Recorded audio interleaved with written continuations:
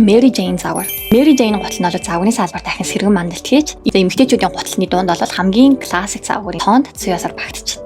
1904 онд анх Америкийн нэгдсэн улсын Brownie компани нь Buster Brown гэдэг комик номны Mary Jane хэмээх дүрийн нэрийг ашиглан тухайн үеийн bar shows буюу оосортой гутлыг Mary Jane гэж нэрлсэн байдаг. Энэхүү загварын хувьд бол хоншоор нь бөөрийнхий эсвэл хагас дөрвөлжин хэлбэрийн хоншоортой олон давхар оосортой загвар байгаа.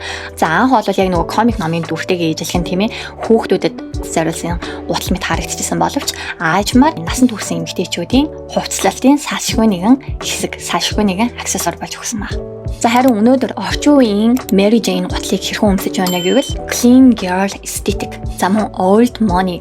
За эдгээр стилүүдийн онцлог нь бол 5 тухтай хэрнээ тансаг мэдрэмжийг төрүүлдэг хувцлалт загварууд дээр сайхан зогсож байгаа харагдчих.